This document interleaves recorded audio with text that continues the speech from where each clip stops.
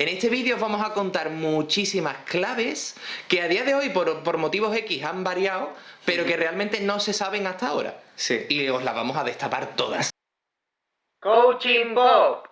Hola poperos, aquí estamos en un nuevo vídeo De Diario de dos Coach Frikis. hoy de Archivo Secreto Manga Line, que sabemos que es una de las secciones que más os gusta. Hombre, sí, eso está clarísimo. Por las visitas que tiene, está claro que lo que os interesa, lo que os mola es el salseo. El salseo puro y duro. Además todos ahí dejando, ve cuando llegáis al conflicto, ve cuando llegáis a esto. Hay que ver, cotillas. Después quejáis de que se ve Gran Hermano. A ver si creamos una sección de Gran Hermano. Lo vamos a tener que crear al final.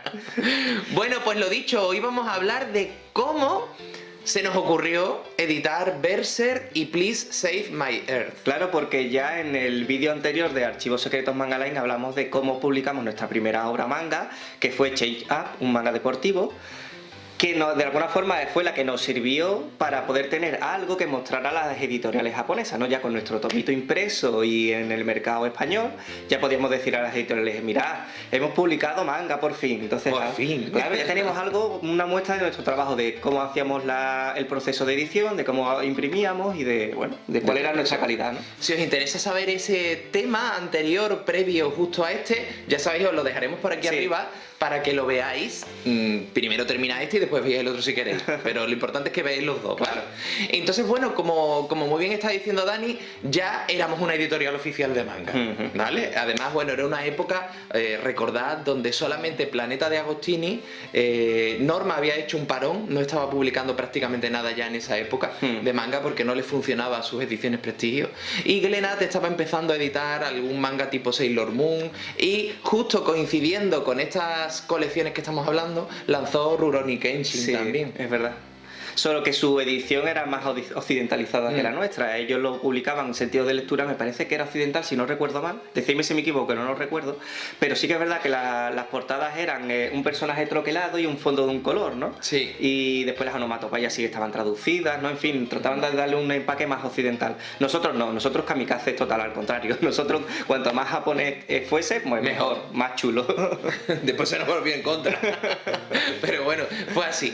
Y bueno, la realidad es que ¿cómo se nos ocurrió la serie? Bueno, nosotros empezamos a contactar con todas las editoriales, bueno, todas, con algunas de las que veíamos Sí. que nos podían interesar. Es cierto que como éramos ya frikis y aficionados al manga, no queríamos editar obras porque sí, queríamos editar obras que a nosotros nos llegaran. Exactamente. De hecho, recuerdo que, bueno, una de las editoriales que contactamos, pues son estas dos, esta editorial que estamos diciendo, que es Hakusensha, que era la que tenía los derechos de Berserk y Please Save My Earth.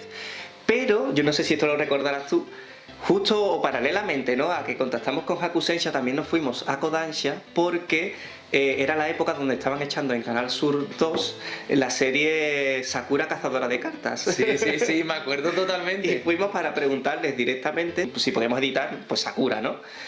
Y claro, es que ellos no nos conocían. Yo recuerdo que claro, nos decían, bueno, pero es que no sabemos cómo trabajáis, tal y cual. Habíamos sacado Chain Up, pero era poco, no teníamos tampoco unos datos de venta, ¿no? Y era una serie realmente importante porque era de unas autoras muy conocidas, ¿no? Y también en una época donde el shoujo no había cuajado en España. Sí. Realmente los precedentes era el álbum Promesa, que se lanzó como un shoujo manga en forma de one shot, de tomo único, Sí. en álbum, y después se había publicado una miniserie de 3 numeritos en Comic Book nada más de X, que se le llamó X 1999 de Clamp, pero tampoco terminó de cuajar. Entonces, bueno, era como que el shoujo todavía como tal no Sí. estaba terminando de cuajar, y Sakura tenía un dibujo totalmente shoujo. Y además nosotros, bueno, yo recuerdo que le dijimos, o sea, porque nosotros no teníamos ni idea de cómo era el protocolo con las editoriales, ¿no? Nosotros teníamos una idea, pues bueno, yo te lo digo y tú me dices si sí o no, ¿no? Y recuerdo que le llegamos a decir...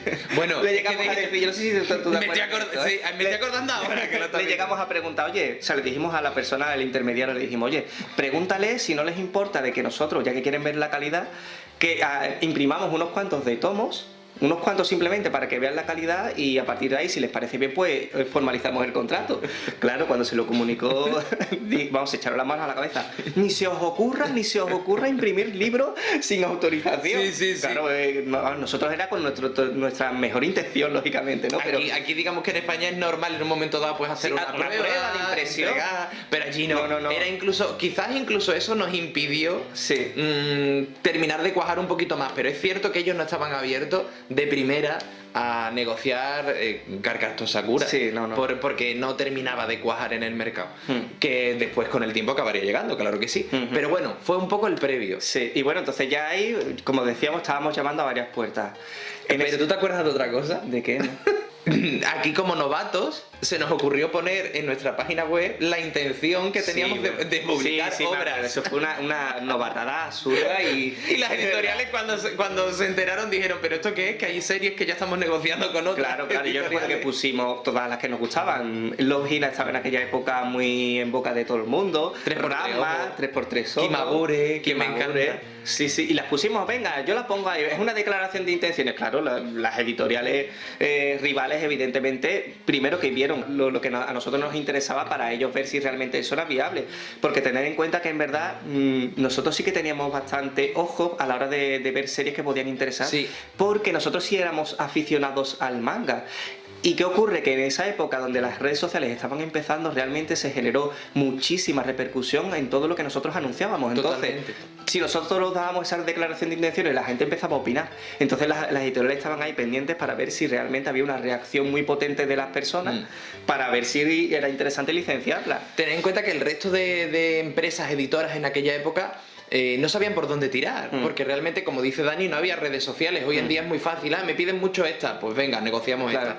En aquel entonces no, y la realidad es que sí, que como éramos aficionados, se creó como una expectación muy grande de a ver qué series publicábamos de cara a los aficionados. Y claro, nosotros estábamos metidos todo el día en el IRC hispano, en el chat. Sí, totalmente. Entonces sí que es verdad que como éramos aficionados queríamos sacar series que a nosotros nos gustaran. Y esa era nuestra premisa muy clara. Recordad, nos estamos posicionando en el año 2001.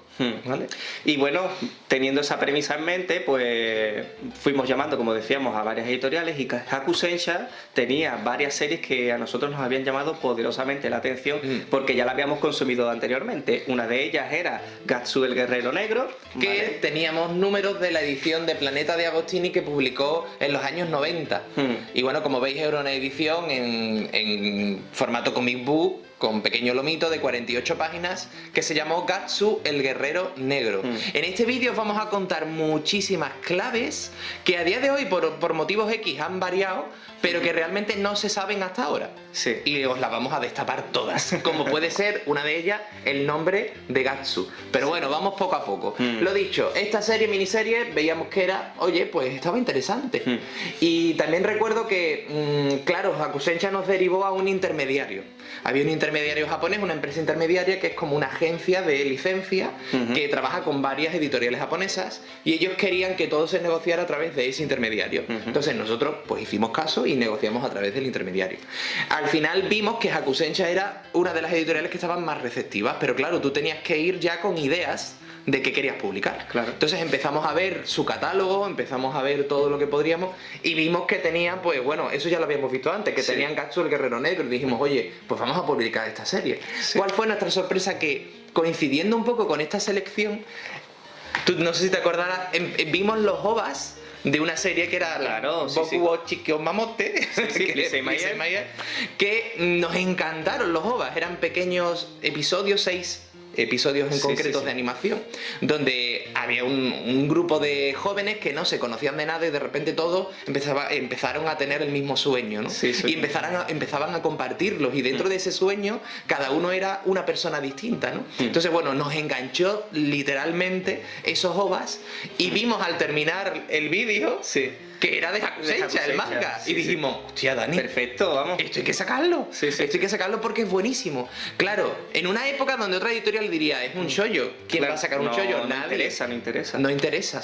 Pero es que era mucho más que simplemente una historia romántica. Nosotros estuvimos investigando a raíz de eso el manga, y sí que veíamos que tenía un pequeño hándicap, y era que el dibujo de los primeros tomos era bastante antiguo.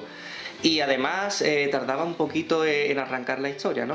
El anime, sin embargo, sí que empezaba, digamos, de lleno en la historia, pero el manga tardaba bastante en arrancar, en ir a lo que era realmente interesante. Al grano, vaya. Pero sabíamos que la historia merecía la pena, que tenía un trasfondo detrás muy profundo, y que a la gente, si le daba esa oportunidad, le iba a interesar y le iba a enganchar esa historia. Totalmente. Entonces, bueno, pensamos, bueno, ¿qué podemos hacer para presentar el producto para que la gente no tenga una barrera y lo pueda consumir, ¿no? Sin tener ese prejuicio que a priori libre se puede tener de la obra, ¿no? Y bueno, ¿por qué nos decidimos por estos dos títulos? Básicamente porque queríamos llegar a muchos temas. Para nosotros el término shoujo no era cómics para chicas, era simplemente una denominación de un género donde trataban pues a lo mejor los temas emocionales un poco de forma más sensible, pero no necesariamente era un manga de amoríos, vamos, Sí, hablando es que claro. nosotros ya partíamos de esa premisa de que en verdad no había una diferenciación de género, sino que cualquier obra podía gustar a cualquier persona. Totalmente. Solamente tenía que ver si el enfoque de la obra o de la temática de la obra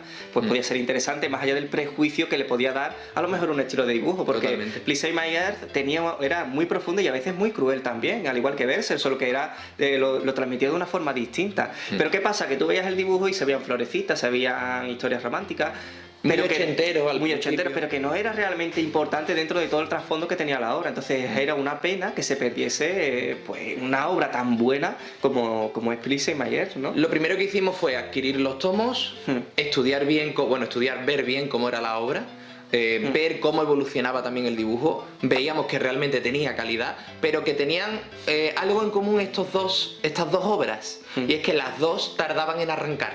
Sí. Porque tanto Berserk como Please, ambas, hasta el tomo 3 realmente, o 2-3, no empieza lo bueno. Entonces teníamos ese hándicap. Y bueno, ¿qué hicimos? Cruzar los dedos y confiar en que la gente confiara, valga la redundancia, en nuestro criterio. Claro. Eran series que muy pequeña parte del sector realmente conocía. Sí. Por lo tanto, es verdad que había algunos aficionados que escribían en revistas especializadas que sí que eran fan de Please en este caso. Berserk era como la gran desconocida. En aquel momento no se conocía. Total, que llegamos y negociamos ya con la editorial. ¿La sorpresa cuál es? Bueno, pues son muy receptivos a Please. Es verdad que nos dicen de antemano que si estamos seguros, porque es una obra que el dibujo pues es un poco antiguo, que a lo mejor no sabían si iba a encajar o no para España. Porque también es shoujo, en España había muy pocos referentes de éxitos de shoujo manga, entonces... ¿Cuál era nuestra baza principal? Que el formato lo íbamos a publicar en tomos idénticos a los japoneses. Entonces es cierto que los japoneses en ese sentido decían, bueno, es verdad que si lo vais a publicar en el mismo sistema, la obra arranca antes. Claro, va más rápido. Y el dibujo evoluciona, entonces es cierto que por ahí los convencimos realmente. Sí. Pero ¿cuál fue nuestra sorpresa cuando nos dicen que Berserk? ¿Qué nos dicen, Dani? Que Berserk de momento no están interesados en darnos la licencia porque ya tienen muchos referentes en cuanto a Occidente y que no ha cuajado en prácticamente ningún país y que no lo ven viable. Literalmente que Berserk había sido un fracaso en todos los países donde lo habían intentado publicar y que no querían que se publicara. Claro, nosotros nos fuimos incluso con nuestros cómics. Sí. Y cuando les enseñamos la edición se quedaron sorprendidos porque ellos no tenían idea de esta edición. No sabía que Berserk se había publicado 10 números en formato Comic Book en España. Sí. A ver, esto tiene una explicación, no estamos diciendo que realmente sea una edición pirata. Estamos diciendo de que en aquel momento muchos mangas se negociaban a través de Viz, Estados Unidos, ¿no? Entonces puede ser, no lo sé, pues que seguramente lo negociaran por ahí. Y no se enterasen ni siquiera en la empresa madre, ¿no? Era como que iban las negociaciones por vías diferentes y pues Vamos, ahí se quedó. que recuerdo que el director se levantó para ir a buscar en los archivos de contratos por países y todo, o sea, no estaban, no tenían información, de hecho... Es algo que les molestó. No sé por qué, pero les molestó. Sí. Eso ya es cosa interna de Hakusensha. Claro. Y bueno, ¿qué ocurrió? Pues que nos decían que no. Que la obra estaba única y exclusivamente para el público japonés, porque Francia, Italia, bueno, en los países donde se habían intentado había sido un auténtico fracaso y que no querían intentarlo más. Bueno, ahí nos quedamos un poco en plan, joder, pero con lo bien que está la obra, Claro, que ¿no? la obra estábamos convencidos de que podía tener éxito porque además tenía tanto el dibujo como la temática, era algo bastante occidental y que... Además iba por el tomo, en aquella época el tomo creo que era 8 en la edición japonesa. Sí. Y recuerdo que claro, estaba toda la etapa de esplendor, Claro, la etapa o sea, dorada. Exactamente, que era fantasía heroica, no se podía denominar fantasía heroica, aunque tenía mucho más detrás, ¿no? Pero era un tipo de obra que podía encajar perfectamente en España, vamos, que no se veía raro. Llegamos a sustituir la serie Berserk por otra de temática romana que era un dibujo muy similar, pero al final dijimos, oye, queremos publicar Berserk, vamos a hacer un plan de publicación que la editorial los podamos convencer. Bueno, ¿cuál fue el plan? Les intentamos convencer que iba a ser una edición lo más cuidada posible o respetando el japonés en cuanto a formato, orientación, onomatopeya. En aquella época la editorial no nos lo pedía porque realmente tampoco había tantos precedentes de eso. No tenían exigencia en ese sentido. Era como que, bueno, si lo tienes que adaptar para que se venda, perfecto. Que no es como ahora, que ahora exigencia es que tiene que ser lo más respetable con respecto a la original. Total, que fuimos a la reunión cara a cara y les dijimos: nosotros confiamos aparte, porque nuestra carta de presentación era que éramos editores, pero éramos ante todo aficionados desde pequeños. Y cara a cara que les dijimos: oye, confiamos en esta serie, sabemos que va a ser un éxito y por eso os vamos a hacer una oferta acorde al éxito que creemos que va a tener seguro. Claro. Le hicimos una oferta de venta mínima de 10.000 ejemplares, algo totalmente impensable para la época. Y además se nos ocurrió que, claro, ya que vas a una editorial y le vas a hacer esa oferta, pues no puedes dejar en desigualdad a la otra obra. De hecho, equiparamos la oferta para ambas obras. Le hicimos ofertas de 10.000 ejemplares para las dos series. Sí, además que estábamos convencidos de que podíamos vender los 10.000 ejemplares, que había público suficiente para poder agotar la tirada. Y dijimos, venga, confiamos plenamente en las obras y os hacemos esta oferta. Sí, bueno, la cara de las personas que estaban reunidas y del director principal, de Hakusensha, que estuvo allí, pues se quedó muy sorprendido. Se sonrió y dijo: vamos a hablar con el autor. Porque la verdad es que nos veía tan convencidos que decía: es que vemos que no estáis tratando esto como un producto más, sino como algo realmente importante, así que vamos a ver qué pasa, vamos a hablar con el autor. Pues tardaron nada, poquísimo. El autor solamente tenía una serie de exigencias, pero nos dio el ok, nos dijo que permitía la publicación. El contrato inicial era del tomo 1, si no recuerdo mal, al 6. Solamente el autor tenía una exigencia que sí o sí quería que se cumpliera. Y de hecho hizo todo el proceso de asesoramiento de traducción para la transcripción de nombre. Y era que el protagonista tenía que llamarse Gatsu, no Guts. Eso nos hizo pensar que realmente esta edición venía con un sentido. Claro. Pero bueno, la realidad es que, bueno, no lo vimos mal. Dijimos, bueno, quiere que se pronuncie como en japonés, perfecto, no veíamos un problema. Es cierto que había una cosa rara y era que en algunos tomos japoneses se veía como ponía Guts. Sí. Pero sin embargo el autor, que hablamos de forma directa con él, aparte de la editorial, él quería que se llamara Gatsu. Bueno, pues dijimos que vale. Claro. Empezamos el proceso de edición. La editorial estaba en todo momento encima de cómo se fraguaba la edición, porque nos veía súper ilusionados y la verdad es que estaban muy expectantes. Sí. Pero es que ahí no quedó la cosa. ¿Qué se nos ocurre a los poquitos meses de lanzamiento, justo antes de firmar los contratos, pero que ya nos habían dado el ok? Era como un precontrato y finalmente ya el contrato. Se nos ocurre que ya que vamos a tener dos títulos que van a ser estandartes y colecciones largas en nuestro catálogo, que teníamos que hacer algo especial. Claro. Porque además queríamos que la gente que siguiera Berserk no lo hiciera solo porque fuera de acción, y a la misma vez queríamos que la gente descubriera Please no como una obra romántica, sino que le dieran una oportunidad más allá de los conceptos, de las etiquetas. Sí. Era una apuesta arriesgada, desde luego, pero nosotros confiábamos plenamente en nuestro criterio y nos lanzamos directamente. ¿Y qué es lo que hicimos? Pues se nos ocurrió hacer un pack con los dos primeros tomos de cada una de las obras y venderlo a un precio promocional de 5,98, puede ser. 1.200 pesetas. 1.200 pesetas, eso era. 1.200 pesetas, que creo que era 7 con algo, no, Sí, no recuerdo. 7,15. 7,15, sí. La editorial se quedó flipada porque ya eran 10.000 ejemplares y encima le estábamos diciendo que una oferta. Era la primera vez que nos decían que le habían hecho una oferta de ese tipo. Sí. La pregunta fue: ¿pero por qué queréis unir dos títulos tan distintos? Claro. Nuestra explicación fue: el manga no tiene fronteras ni etiquetas. Queremos que todo el mundo conozca estas obras por la calidad que tienen, más allá de los clichés que pueden aparentar. Sí. Le encantó la respuesta hasta el término que nos dijo sí. O sea, no lo dudó, nos dijeron sí. Los japoneses nunca dicen sí en el primer momento y nos dijeron: perfecto, sí, modificamos los acuerdos. Que eso ya era un poco kamikaze. Sí, porque ya en verdad estaban en proceso de redacción y demás, y aún así estuvieron de acuerdo en modificarlo. Nos pusimos mano a la obra, nos pusimos en contacto con todas las revistas que pudimos especializadas del sector para que nos ayudaran, junto con el distribuidor también, que apoyaba el lanzamiento, evidentemente. Y la realidad es que empezamos a hacer los tomos, la colección. Recuerdo que teníamos un hándicap importante en las portadas, y era que tanto Berserk como Please tenían un fondo Sí. muy... Berser era todo blanco, no tenía Sí. ningún fondo, solamente era el dibujo y los primeros tomos eran muy vacíos. Sí, quedaba como muy demasiado simple y queríamos que llamase la atención la portada. Y con respecto a Please, pues tenía un recuadro, era una línea, ¿no? de Hakusensha, de shoujo, y lo que tenía era un recuadrito, el fondo me parece que era azul y después las letras, ¿no? Era como que quedaba demasiado esquemático, ¿no? Sí. Y era un tipo de diseño que aquí no iba a cuajar. De hecho, la propia editorial nos aconsejó que por qué no mirábamos diseños de fondo, como había hecho la editorial francesa Tonka. Cierto, es verdad. Y la realidad es que eso hicimos, lo miramos y creamos nuestro propio fondo. Le enviamos varias pruebas a la editorial escogió cuál le gustaba más y se quedaron estos. Se quedaron las herraduritas y el efecto Cuero. libro antiguo, Sí, sí, sí. cuero de Berser. Y por otro lado, pues Please. la luna y la tierra. Que Please. tenía toda la simbología, o sea, nosotros nos curramos realmente mucho las portadas porque tenían un sentido, ¿no? O sea, era la Tierra y la Luna, relacionado lejanía. con la historia de Plisenmeyer que tiene, o sea, está relacionado con unos seres de otro mundo, pues que tienen una base de observación de la Tierra en la Luna, entonces... Estaba pensado milimétricamente todo, ¿no? Y de hecho estuvimos en todo el proceso junto con el diseñador gráfico para decirle Todo. todas las especificaciones que queríamos para cada una de las portadas. Todo.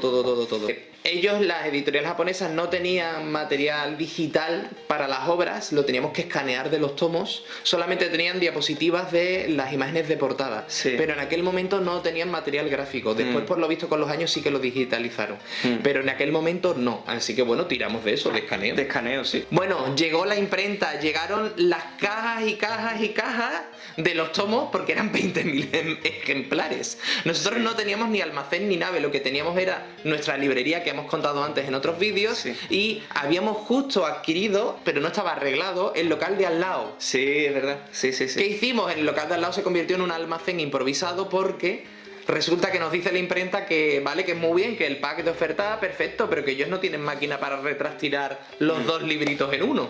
Y dijimos, ¿cómo?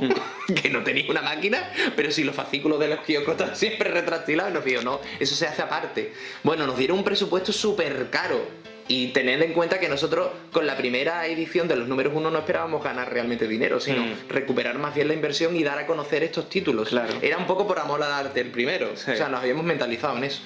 Claro, no podíamos permitirnos eso. ¿Qué hicimos, ¿Qué Dani? hicimos? Pues nada, nos buscamos una máquina que lo que hacía era, o sea, era plastificadora pero de verduras, o sea, que no era ni de libro, ¿vale? Era de verduras. Una plastificadora de verduras con un papel film y allí que nos fuimos nosotros con nuestras cajas y pack por pack cogimos y pues nada, lo uníamos con esa plastificadora de verdura, pues poco a poco pues, y con paciencia pues íbamos haciendo los packs. Y le poníamos la pegatina. Y exactamente, después pues, es que era eso, era envolverlo en plástico, sellarlo y ponerle la pegatina. Todo eso 10.000 veces, ¿vale? 10.000 veces y además, bueno, muchos de los que estáis ahí seguro que ahora nos estáis viendo, vivisteis esta experiencia porque erais clientes de la librería, pero nos ayudasteis de forma nocturna a retrastilar esto. Bueno, nocturna y no nocturna, porque hay días que no solo lo hacíamos por la noche, sino que a lo mejor estábamos en la librería, teníamos un hueco porque no había clientes, ya, pues allí que estábamos con nuestras cajas y con la máquina de retrastiladora y nos poníamos a hacer packs. Es que además recuerdo un fin de semana que estábamos hasta las 3 de la madrugada allí. Los vecinos de arriba yo creo que dirían que Esta gente que están haciendo, vendiendo claro, o algo raro, ¿no? Pero bueno, fue una experiencia súper bonita porque nos lo pasamos muy bien. Muchos de los que estáis ahí seguro que lo viviste, que os acordáis. Así que dejádnoslo en comentarios si lo vivisteis y cómo lo recordáis vosotros, ¿no? Y la verdad es que bueno, por fin tuvimos los ejemplares, lo enviamos a distribución y se empezó a comercializar. La sorpresa ¿cuál fue? Que la tirada se agotó en apenas 3 meses. O sea, en apenas 3 meses realmente se vendieron esos 10.000 ejemplares y la editorial japonesa no podía estar más contenta. Hasta el punto de decirnos que bueno, que querían canalizar todo lo que pudieran pues con nosotros. De hecho, ese fue el principio de nuevas negociaciones y nuevas obras que ya os iremos contando en futuros vídeos. Exactamente. También ya os iremos contando qué ocurrió con ese éxito Claro. y cómo repercutió o no en la editorial, porque ahí ya empezamos a entrar en terrenos pantanosos. Sí. Así que si realmente os interesa, apoyad este Claro. vídeo para que sepamos que queréis que profundicemos en ese salseo del mundo friki editorial y nada más. De momento aquí es donde se queda el cómo se inició la publicación de Berser y de Please en España. Y sobre todo destacar que No es por nada, pero es verdad, la obra no habría llegado si no hubiese sido por, digamos, la emoción o el sentimiento que le pusimos a la hora de negociarlo. No nos dieron la licencia por darle solamente una buena oferta económica, sino que realmente nos dieron la licencia porque vieron que íbamos a tratarla con mimo.